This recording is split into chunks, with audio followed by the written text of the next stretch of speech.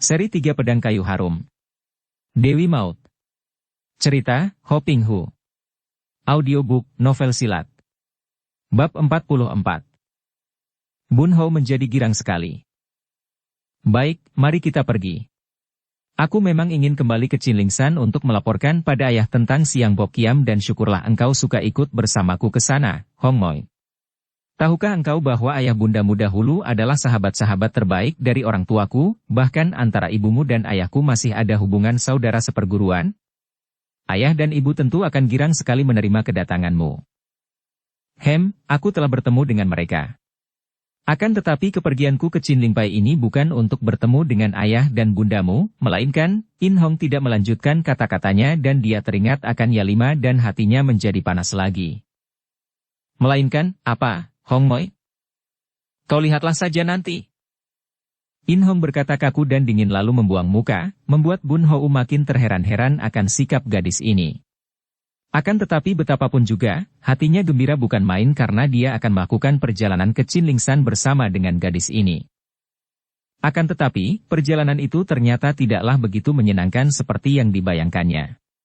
Benar dia melakukan perjalanan bersama In Hong, akan tetapi gadis itu selalu menjauhkan diri dan betapapun dia berusaha untuk menyelami isi hati gadis itu, untuk membuka rahasia apa yang tersembunyi di balik tuduhan-tuduhan gadis itu, usahanya sia-sia belaka karena In Hong tidak mau bicara. Hanya menjawab singkat bahwa pemuda itu akan tahu segalanya setelah tiba di Qinlingshan. Sikap yang dingin kaku dari gadis ini dan yang agaknya bersungguh-sungguh dalam tuduhan-tuduhnya membuat Bun Hou merasa khawatir dan tidak enak juga dan mulailah dia menduga-duga yang ada hubungannya dengan Yalima. Apakah Yalima datang menyusulnya ke Qinlingshan? Akan tetapi pertanyaan ini dibantahnya sendiri. Yalima adalah seorang gadis lemah, seorang gadis dusun di Tibet, mana mungkin bisa berada di Qinlingshan? Tidak mungkin sekali gadis dusun itu melakukan perjalanan sejauh itu. Pula, tidak mungkin Yalima berani selancang itu menyusulnya ke Qinlingshan. Pula, sesungguhnya, selain sedikit kemesraan, tidak ada ikatan apa-apa antara dia dan Yalima. Hanya suatu peristiwa cinta remaja yang masih hijau dan mentah, betapapun juga, melihat sikap In Hong yang amat serius dan melihat darah itu benar-benar seperti orang marah dan penasaran kepadanya, hati Bun Hou menjadi tidak enak dan ingin dia cepat-cepat tiba di Qinlingshan agar persoalan itu segera menjadi terang. Ketika pada suatu pagi mereka tiba di pegunungan Qinlingshan, otomatis perjalanan yang tadinya dilakukan dengan cepat itu menjadi lambat. Hal ini karena terjadi keraguan di hati masing-masing. In Hong yang teringat akan kunjungannya yang lalu, sikapnya yang kasar terhadap keluarga Chia, kekurang ajarannya, merasa tidak enak hati untuk bertemu dengan ayah bunda pemuda itu. Sebaliknya, Bun Hou yang menduga bahwa tentu ada sesuatu yang luar biasa terjadi di sini melihat sikap In Hong, juga merasa khawatir. Tanpa bicara mereka melanjutkan perjalanan itu dengan jalan kaki biasa mendaki lereng gunung Qinlingshan. Mereka tidak tahu bahwa kedatangan mereka itu tampak oleh Kui Xiong, seorang pemuda remaja adik dari Kui Tiong. Melihat kedatangan Bun Hou, Kui Xiong menjadi terkejut dan ketakutan. Dia sudah tahu bahwa kakaknya, Kui Tiong, telah merampas Yalima, kekasih putra ketua Qinlingpai itu dan kini Bun Hou pulang. Diam-diam Kui Xiong lalu berlari-lari naik ke puncak dan mengabarkan kepada kakaknya tentang kedatangan Bun Hou. Tuako, celaka, tuako. Kui Xiong yang berusia 15 tahun itu berkata, napasnya terengah-engah ketika dia bertemu dengan kakaknya. Adik Xiong, ada apakah? Kui Tiong bertanya khawatir. Apa yang terjadi? Xiong, kau kenapakah? Kakak iparnya, Yalima juga bertanya melihat wajah adik ipar yang pucat dan ketakutan itu. Tuako, Toaso, celaka, aku melihat. Chia Taiyap datang.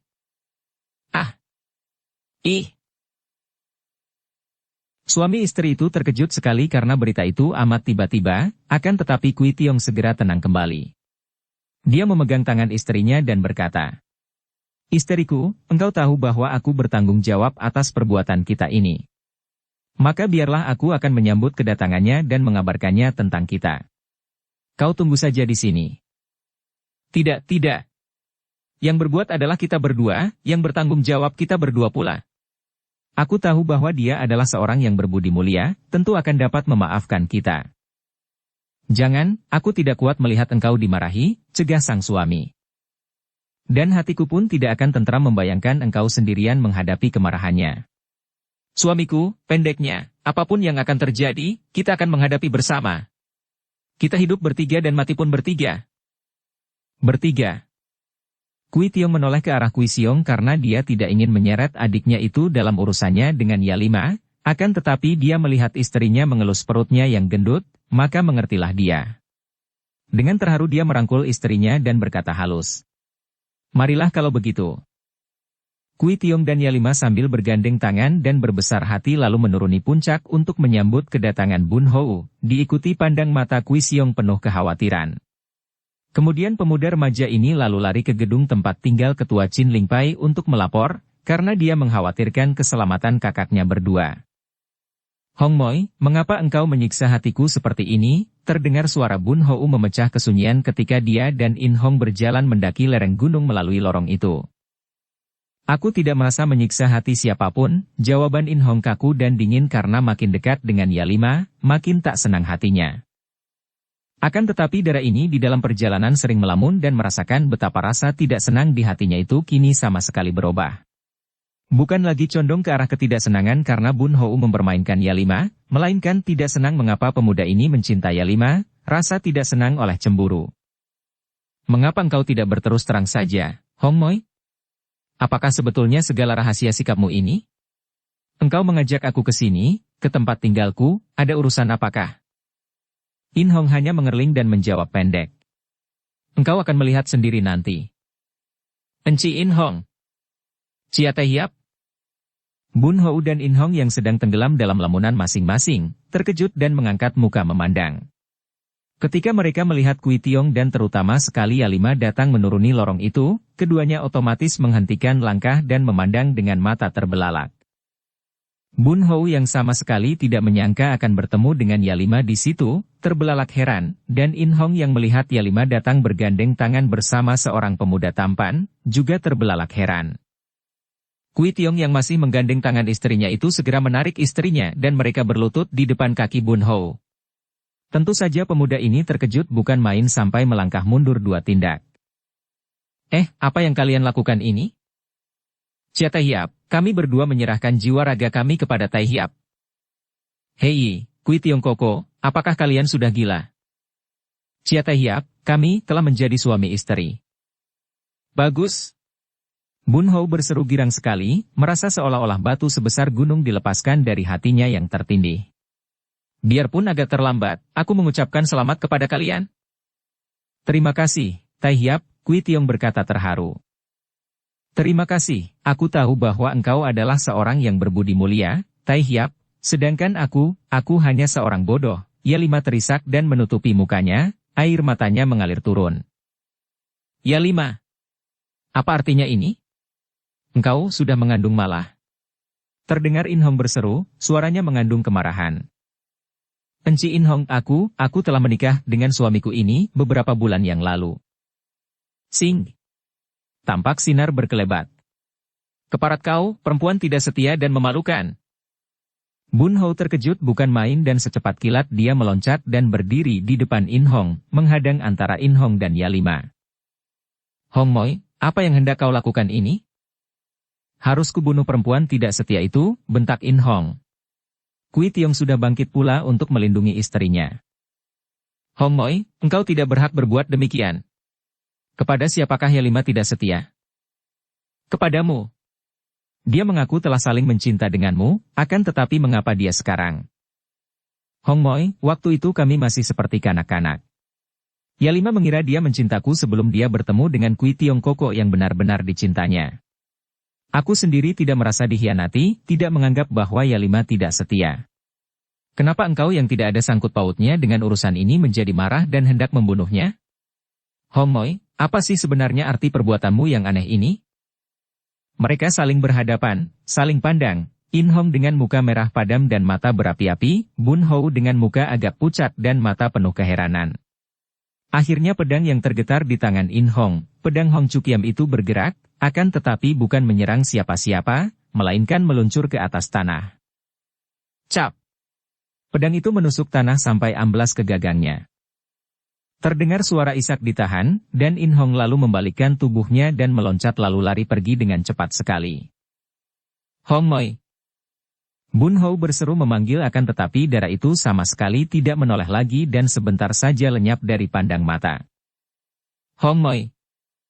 Bun Hou hendak mengejar, akan tetapi pada saat itu terdengar suara lirih, suara Yalima yang mengandung tangis. Tai Hiap, harap ampunkan aku. Bun Hou menarik napas panjang, tidak jadi mengejar karena dia maklum betapa anehnya watak darah itu sehingga kalau dia kejar dan desak, tentu hanya akan menimbulkan kemarahan yang makin hebat di dalam hati In Hong. Maka dia lalu menoleh lagi. Berdirilah dan ceritakanlah semuanya. Bagaimana Yalima tahu-tahu bisa berada di sini, dan mengapa pula In Hong mengenalmu dan kini marah-marah? Kui Tiong menarik istrinya bangkit dan dialah yang menjawab, karena istrinya masih menangis sesenggukan. Tai Hiap, karena istriku telah menceritakan segalanya kepadaku, maka bolehkah saya yang bercerita kepada Tai Hiap? Silakan, Kui Koko, sama saja. Yalima dipaksa oleh orang tuanya, akan diberikan kepada seorang yang berkuasa di Tibet. Dia lalu melarikan diri ke timur, dengan maksud untuk pergi menyusul dan mencari Tai Hiap karena Tai Hiap satu-satunya orang yang dapat diharapkan akan menolongnya. Akan tetapi dia terjatuh ke tangan seorang datuk kaum sesat, yaitu Gobi Sinko. Ah! Bun Hou terkejut sekali. Biar aku yang melanjutkan, tiba-tiba Yalima berkata kepada suaminya. Tai Hiap, aku tentu sudah celaka dan mungkin sudah tewas kalau saja tidak muncul Enci In Hong yang menolongku dari tangan orang-orang jahat itu. Karena pertolongan itu, maka aku lalu berterus terang menceritakan riwayatku, juga tentang Tai Hiap. Sungguh mati aku sama sekali tidak tahu bahwa antara Tai Hiap dan dia, bahwa kalian telah saling bertunangan. Bohong itu. Siapa bilang begitu? Bun Hou berseru kaget. Agaknya Tai Hiap telah ditunangkan dengan Enci In Hong oleh ayah bunda Tai Hiap di luar tahumu, dan hal itu telah disampaikan kepada Enci In Hong. Oleh karena itu dia menjadi marah sekali mendengar bahwa antara kita, terdapat semacam hubungan. Enci In Hong lalu memaksaku pergi bersama ke Chin Ling Pai dan dengan terang-terangan dia lalu berkata kepada Cialo Cian Pui berdua bahwa hubungan jodoh antara dia dan Tai Hiap putus sudah, dan bahwa Tai Hiap adalah tunanganku. Itulah sebabnya dia tadi marah-marah melihat aku telah berjodoh dengan Kui Koko dan entah mengapa aku sendiri tidak mengerti, Tai Hiap. Kami berdua tadinya khawatir bahwa engkaulah yang akan marah-marah, siapa tahu, engkau dapat memaafkan kami, malah sebaliknya Enci In Hong yang hampir membunuhku. Bun Hou menjadi bengong dan melamun. Sungguh sukar dimengerti sikap In Hong tadi. Dia mencabut pedang Hong Cukiam dan hatinya tiba-tiba terasa kosong dan sunyi sekali. Dipungutnya sarung pedang Hong Cukiam yang tadi dilemparkan ke atas tanah oleh In Hong yang marah, lalu disimpannya pedang itu dia teringat akan burung Hong Kemala di dalam saku bajunya dan otomatis tangannya meraba benda itu dan hatinya makin terasa sedih. Sungguh aneh, sungguh tak mengerti aku, hatinya berbisik dan pada saat itu terdengar seruan nyaring. Houji, anak Hou. Bun Hou mengangkat muka memandang dan melihat ayah dan ibunya turun dari puncak dengan cepat.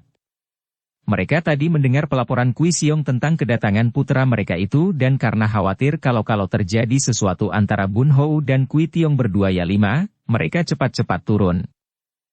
Ayah! Ibu! Bun Hou memberi hormat dan ibunya merangkulnya dengan hati lapang. Terutama sekali ibunya merasa lega melihat putranya kelihatan tidak marah sungguh pun pandang matanya yang tajam dapat melihat bahwa Yalima baru saja menangis dan wajah Kui Tiong masih pucat. Tanda bahwa mereka berdua baru saja mengalami guncangan batin yang hebat. Bukankah kau tadi datang bersama In Hong? Chia Keng Hong yang tadi menerima laporan Kui Siong bertanya heran, matanya memandang ke kanan kiri mencari-cari. Dia sudah pergi, ayah, jawab Bun Hou dengan lesu dan keadaan putranya ini tidak terlepas dari pandang mata ayahnya. Lebih baik kalau begitu. Bocah galak itu membikin ribut saja, kata si Biao Eng yang menggandeng tangan putranya dan mengajaknya naik ke puncak. Beramai mereka naik ke puncak Chinlingsan, menuju ke markas Chinling Pai yang berada di lereng dekat puncak. Nenek si Biao Eng kelihatan gembira bukan main dan menghujani putranya dengan pertanyaan-pertanyaan. Setelah tiba di dalam rumah, Bun Hou lalu lebih dulu menceritakan soal pembunuh istri Kun Leong yang menjadi pokok dan penyebab semua peristiwa menyedihkan antara keluarga Kun Leong itu. Ayah dan ibu, sekarang pembunuh istri Yap Su Heng telah diketahui. Tentu saja suami istri pendekar itu menjadi terkejut dan juga girang. Siapa dia? Dia adalah seorang wanita bernama Yobi Kiok, ketua dari Giok Hongpang. Dia lihai sekali karena sebetulnya dialah yang dahulu memperoleh bokor emas pusaka dari Panglima Tehu, ayah. Ah! Chia Keng Hong terkenang akan keributan puluhan tahun yang lalu ketika pusaka bokor emas itu diperebutkan orang-orang gagah di seluruh dunia Kang Ou. Di mana sekarang keparat itu? Biar ku cari dan ku bunuh iblis betina yang menjadi gara-gara itu, kata nenek si Biao Eng yang masih belum juga kehilangan kegalakannya setiap kali menghadapi kejahatan. Dia sudah tewas di tangan Yap Su Heng sendiri, ibu. Yobi Kiok itu dahulunya adalah seorang sahabat baik dari Yap Su Heng sendiri, malah wanita itu, dia adalah guru dari adik Yap In Hong. Ah! Suami istri pendekar itu berseru kaget, lalu mereka mendengarkan penuturan putranya tentang peristiwa di dalam benteng Raja Sabutai dan tentang kematian Yobi Kiok yang mengaku sebagai pembunuh Pek Hong Ing istri Yap Kun Leong karena iri. Mendengar penuturan putranya itu, suami istri yang sudah tua itu menggeleng-geleng kepalanya. Jadi kembali gara-gara cinta, nenek si Biao Eng berbisik. Betapa hanya mendatangkan malapetaka belaka. Jangan berkata demikian, isteriku. Hanya cinta palsu saja yang mendatangkan malapetaka. Buktinya, di antara kita berdua yang ada hanyalah kebahagiaan dan belas kasihan, baik dalam keadaan apapun juga. Si Biao Eng menjadi terharu dan menyentuh tangan suaminya. Ingin rasanya dia menangis kalau suaminya bersikap dan berkata seperti itu. Jadi engkau telah berhasil membunuh sisa 5 bayangan dewa yang tinggal 3 orang itu, Bun Hou? Chia Keng Hong bertanya. Benar, ayah. Dan Siang Bo Kiam. Itulah yang membuat jengkel, ayah. Siang Bo Kiam itu oleh bayangan dewa diserahkan kepada Raja Sabutai yang kemudian memberikannya kepada gurunya, yaitu Pek Hiat Moko dan Hek Hiat Moli, dan mereka tidak mau menyerahkan pedang pusaka kita kepadaku. Mengapa? Mau apa 2 orang iblis jantan dan betina itu? Ibunya membentak. Ada sebabnya, ibu. Mereka itu ternyata adalah musuh-musuh yang menaruh dendam kepada mendiang Panglima Tehu dan karena mereka tidak dapat lagi membalas dendam mereka kepada Panglima Tehu yang sudah tidak ada, maka mereka menimpakan dendamnya kepada Chin Ling Pai. Mendengar bahwa pedang itu milik ayah, dan karena mereka tahu bahwa ayah dahulu adalah sahabat dan pembantu yang baik dari mendiang Panglima Tehu, maka mereka menahan pedang itu. Keparat? Si Biao Eng memaki. Sudah setua ini masih dicari orang untuk bermusuhan. Chia Keng Hong mengomel. Mereka itu menantang kepada ayah untuk datang ke Lembah Naga jika ayah menghendaki kembalinya pedang pusaka kita Siang Ho Kiam. Kembali Chia Keng Hong menarik napas panjang. Aku bukan anak kecil, bukan pula orang muda yang berdarah panas. Untuk apa susah payah dan jauh-jauh pergi hanya untuk berkelahi memperebutkan pedang? Akan tetapi kita harus menjaga nama. Pedang Siang Bo Kiam adalah pusaka dari lambang kebesaran Chin Ling Pai. Kalau jatuh ke tangan orang dan mereka menentang, lalu kita diam saja, tentu kita akan ditertawai orang sedunia, bantah istrinya. Kalau ada yang mau mentertawakan kita, biarlah mereka itu tertawa sampai robek mulutnya, peduli apa kita. Chia Keng Hong membantah. Tapi, bantah istrinya. Istriku, hidup kita tidak ditentukan oleh pendapat orang lain, bukan? Ingat, pendapat orang-orang itu tidaklah sama dan kalau kita mengandalkan pendapat-pendapat orang lain, bagaimana macamnya kehidupan yang kita tempuh? Akan tetapi, suamiku, memang kita sendiri secara pribadi tidak perlu memikirkan omongan orang lain, namun kita sebagai pendiri dan pimpinan Chin Ling Pai bertanggung jawab untuk menjaga nama dan kehormatan Chin Ling Pai. Setelah sudah berhasil jerih payah Bun Hou membasmi 5 bayangan dewa, apakah kini gangguan 2 orang iblis keparat itu harus didiamkan saja? Kalau kau enggan pergi, biarlah aku sendiri yang akan pergi mencari mereka ke Lembah Naga. Ayah dan ibu harap suka bersabar. Urusan Siang Ho Kiam tentu saja dapat kita rundingkan kemudian dan aku sendiri pun merasa bertanggung jawab dan aku yang akan mewakili ayah dan ibu demi menjaga kehormatan Chin Ling Pai. Akan tetapi ada berita yang lebih menyenangkan untuk disampaikan, di manakah Enci Giok Keng? Dia yang terutama akan senang mendengar berita ini. Ibunya mengerutkan alis. Encimu belum pulang sampai sekarang. Sungguh malang sekali nasib encimu, Ho Uji. Kalau begitu biarlah ayah dan ibu mendengarnya lebih dulu. Lie Seng telah dapat diketahui berada di mana. Ah, di mana cucuku itu? Chia Keng Hong bertanya girang. Ternyata dia telah tertolong oleh Suhu. Hampir saja dia tewas di tangan wanita kejam Yo Bhi Kiok itu, terkena racun Siang Tok Swa, akan tetapi baiknya masih dapat tertolong oleh adik In Hong. Lalu diceritakanlah oleh Bun Hou tentang Lie Seng seperti yang didengarnya dari In Hong. Tentu saja dua orang tua itu merasa girang dan lega sekali. Kalau cucu mereka itu sudah berada di tangan Kok Beng Lama, tentu saja akan terlindung. Hanya aku khawatir sekali melihat keadaan gurumu itu. Teringatlah Chia Keng Hong akan sikap Kok Beng Lama yang seolah-olah tidak kuat menahan guncangan batin karena kematian anaknya yaitu Pek Hong Ing istri Yap Kun Leong. Akan tetapi sebagai seorang bijaksana, dia tidak mau menyiksa diri dengan bayang-bayang hayal yang buruk. Sudahlah, semua urusan itu telah lewat dan ternyata semua hal yang membingungkan telah terbongkar. 5 bayangan dewa telah terbasmi dan biang keladi kehancuran rumah tangga Giokeng dan Kun Leong telah pula ditewaskan. Sekarang kami ada berita yang amat menyenangkan untukmu, anakku, kata si Biao Eng sambil tersenyum. Aneh tapi nyata. Si Biao Eng yang usianya sudah 60 tahun lebih itu setelah tersenyum masih jelas nampak bekas-bekas kecantikannya. Bun Hou memandang ibunya dengan wajah berseri, girang melihat ibunya begitu gembira. Chia Keng Hong yang hendak menjawab, akan tetapi dengan tangannya, si Biao Eng mencegahnya dan pada saat itu, pelayan-pelayan mereka datang menghidangkan makanan dan minuman. Percakapan tertunda sebentar. Setelah para pelayan itu pergi, si Biao Eng yang agaknya tidak sabar lagi untuk segera menyampaikan berita itu kepada putranya, melanjutkan. Beberapa pekan yang lalu, ketika ayahmu baru saja tiba di sini, pulang dari kota raja, di sini kedatangan tamu yang sama sekali tidak kami sangka-sangka. Dia berhenti dan kelihatan girang sekali melihat putranya memandang dengan penuh perhatian dan penuh keinginan tahu. Siapa, Ibu? Kau tentu tidak dapat menduganya. Dia adalah murid mendiang Panglima Tehudan. Ah, aku tahu. Tentu Ibu Shou Kui Beng dan Shou Kui Eng si kembar itu. Suami istri pendekar itu saling pandang dan tersenyum. Kau benar, dan mereka berdua ikut datang bersama ibu mereka, kata pula si Biao Eng.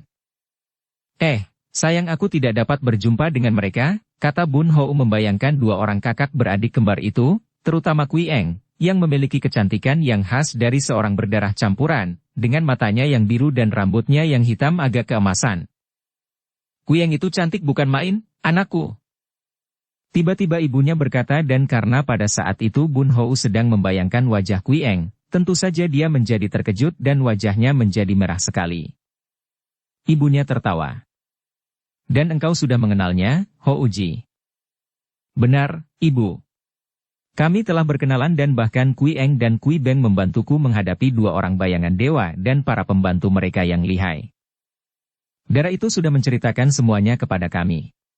Dia memang cantik jelita, belum pernah aku bertemu dengan seorang gadis yang seperti itu cantiknya, dan dia cerdas sekali, juga gagah perkasa seperti ibunya, selain itu dia juga pada dasarnya lemah lembut, sopan, tidak seperti, misalnya Yalima yang lemah dan si In Hong yang liar itu. Ibu, kenapa ibu menceritakan semua kepadaku? Bun Hou memotong karena hatinya tidak senang mendengar In Hong dibawa-bawa dan disebut liar.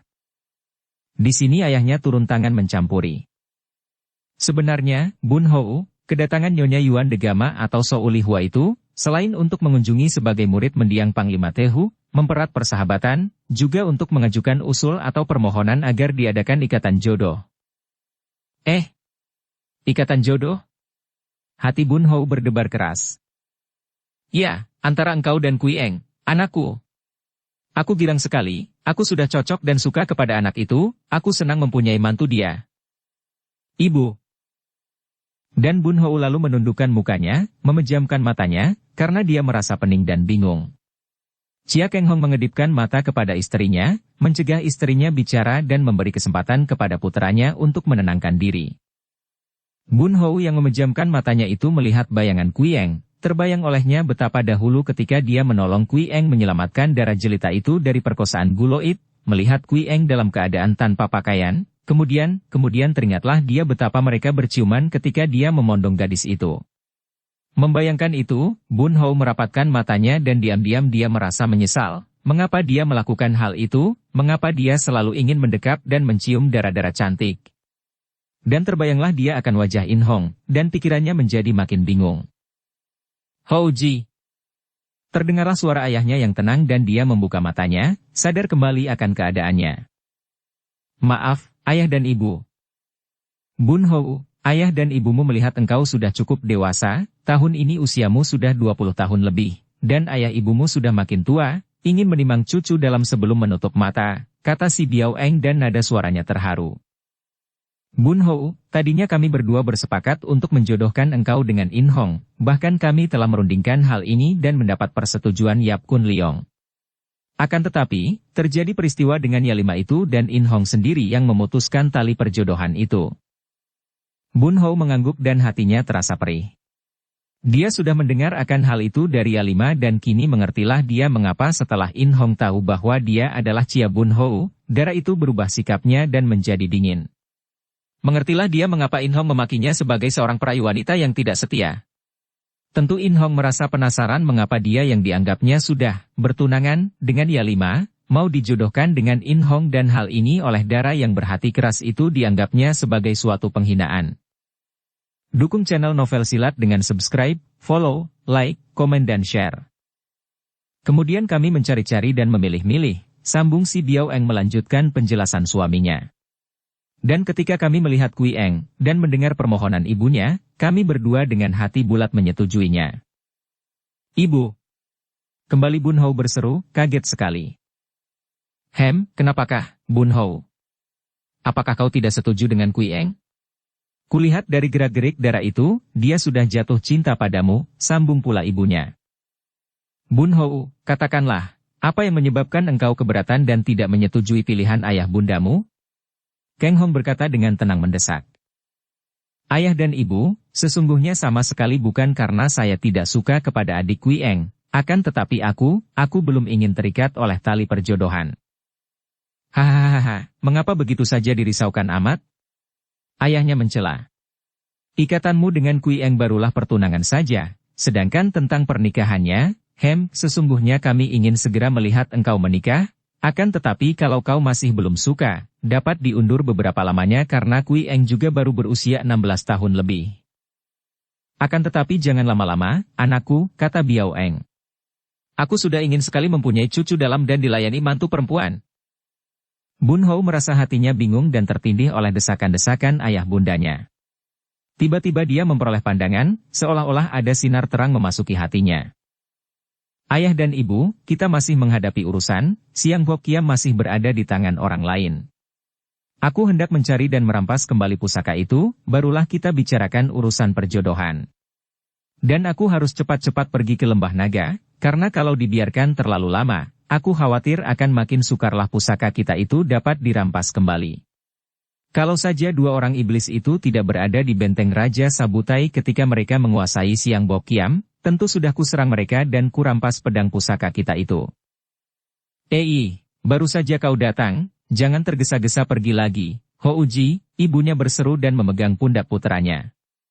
Engkau hampir tidak pernah berkumpul dengan kami.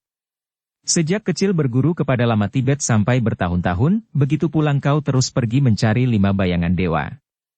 Sekarang, baru saja datang hendak pergi lagi merampas kembali Siang Bok Kiam di Lembah Naga yang begitu jauh di utara. Tidak, kau tidak boleh cepat-cepat pergi. Ibumu benar, Bun Hou. Kau harus beristirahat dulu dan nanti kalau kau pergi, kami akan titip surat untuk keluarga Shou atau keluarga Degama di pelabuhan Yentai. Kami sudah tua, tidak sempat membalas kunjungan mereka, maka kaulah yang mewakili kami membalas kunjungan mereka di Yentai. Selain itu, kau pun harus menyerahkan suratku kepada Kaisar di kota raja. Sesudah kau selesaikan tugas itu, baru kau boleh mencari 2 orang tua yang merampas Siang Bok Kiam itu di Lembah Naga.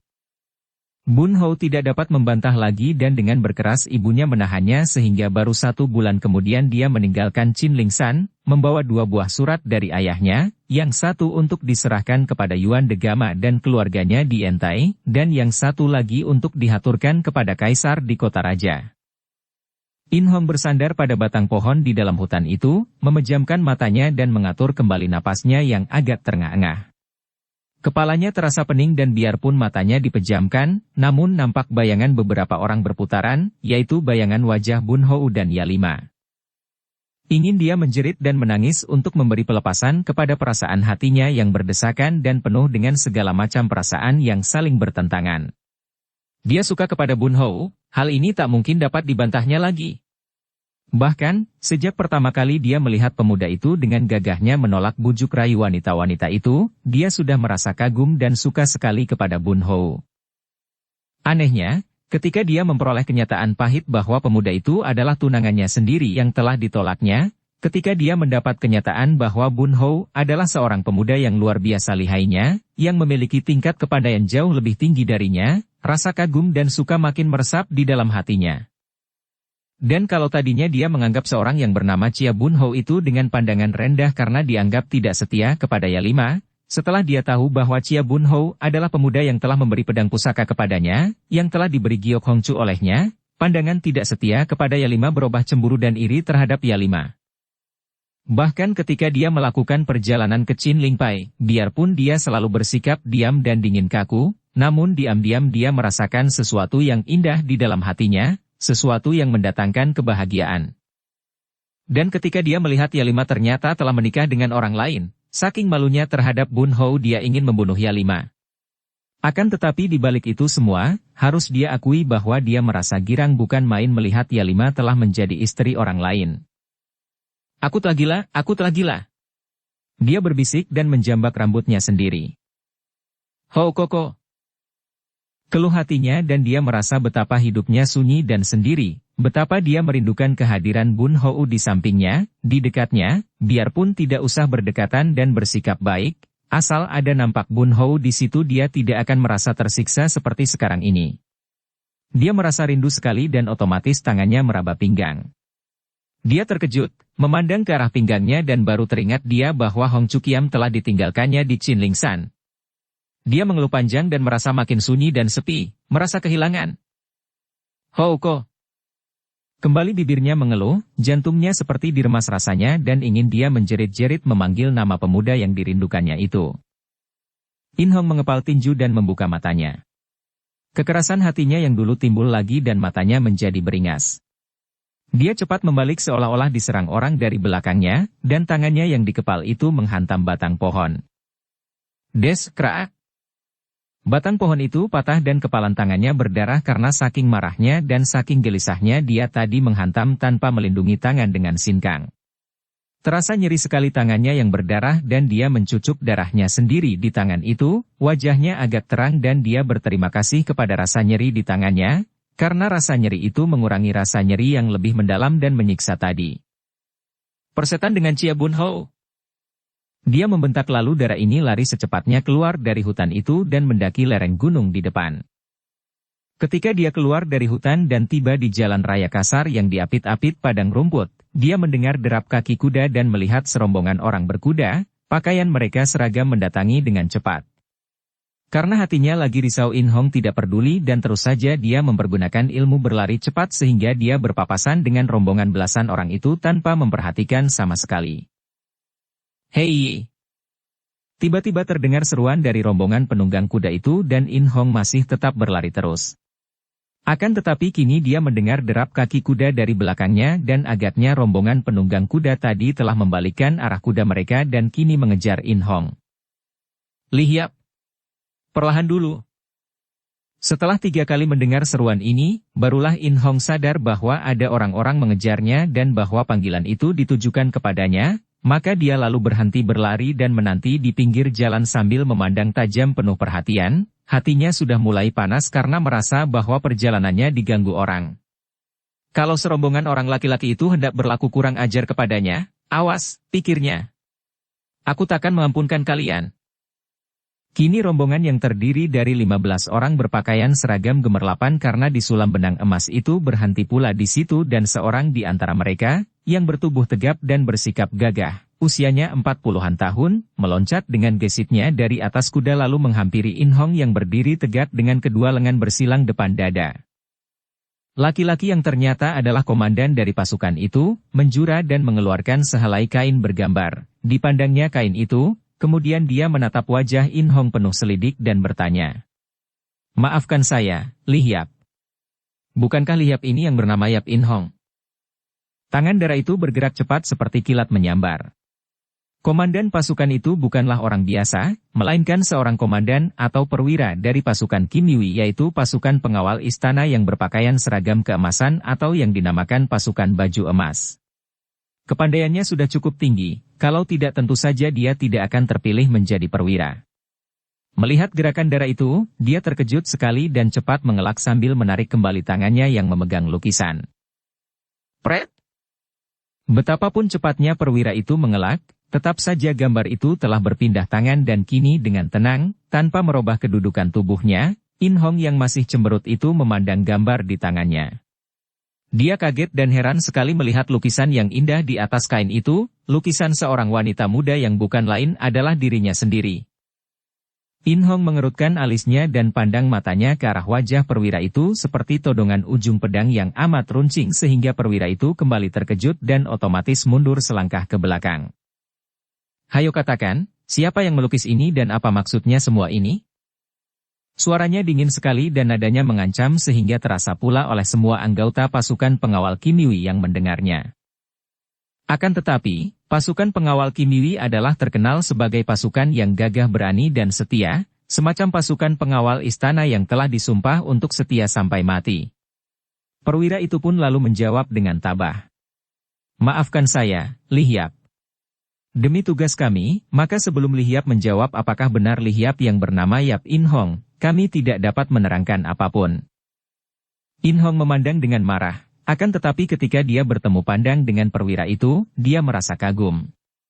Perwira ini benar-benar berani, akan tetapi tidak kurang ajar, dan tidak sombong pula. Kekagumannya membuat dia agak lunak. Aku benar Yap In Hong. Nah, sekarang terangkan semua, kalau tidak, terpaksa aku akan menghajar kalian semua karena gangguan ini. Wajah perwira itu menjadi berseri gembira dan juga anak buahnya menjadi girang sekali nampaknya. Wah, maaf, betapa girang hati kami, Li Hiap. Susah payah kami mencari Li Hiap. Ketahuilah, kami adalah pasukan Kim Yui dari Istana Kaisar dan ratusan orang anggota kami disebar di seluruh pelosok untuk mencari Li Hiap dan ini merupakan perintah dari Sri Baginda Kaisar sendiri. Setiap pasukan diberi gambar seperti ini agar lebih mudah mengenal Li Hiap. Ketika tadi kita saling berpapasan, saya segera mengenal Li Hiap maka kami melakukan pengejaran. Akan tetapi pandang mata In Hong masih belum melenyapkan kecurigaannya.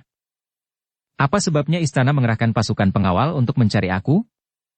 Li Hiap, saya hanya seorang pemimpin pasukan kecil saja, mana saya bisa mengetahui akan kehendak Sri Baginda Kaisar?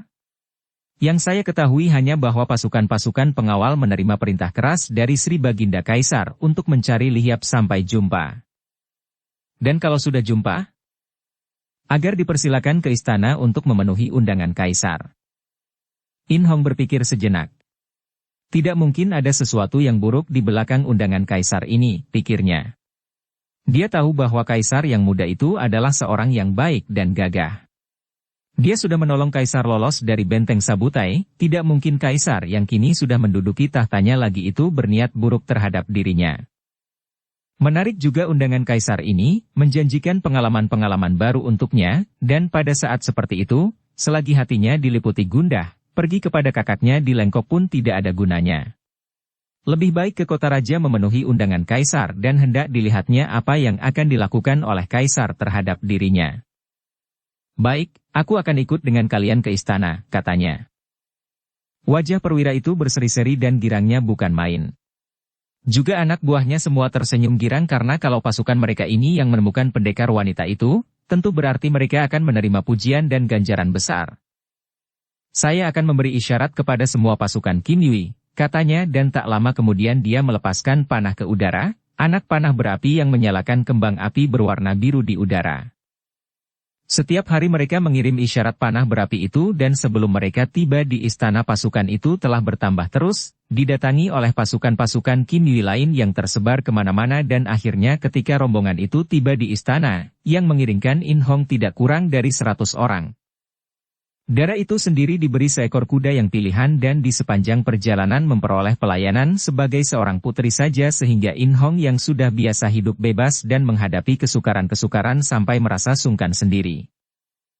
Akan tetapi karena dia tahu bahwa perlakuan dan sikap mereka itu adalah untuk memenuhi perintah kaisar, maka dia pun tidak menolak. Kalau mereka kemalaman di jalan, setiap pembesar-pembesar setempat menyambutnya dengan penuh penghormatan, menjamunya dan memberinya kamar yang terbaik dari gedung mereka. Bersambung ke bab 45. Dukung kami dengan subscribe, follow, like, komen dan share. Terima kasih.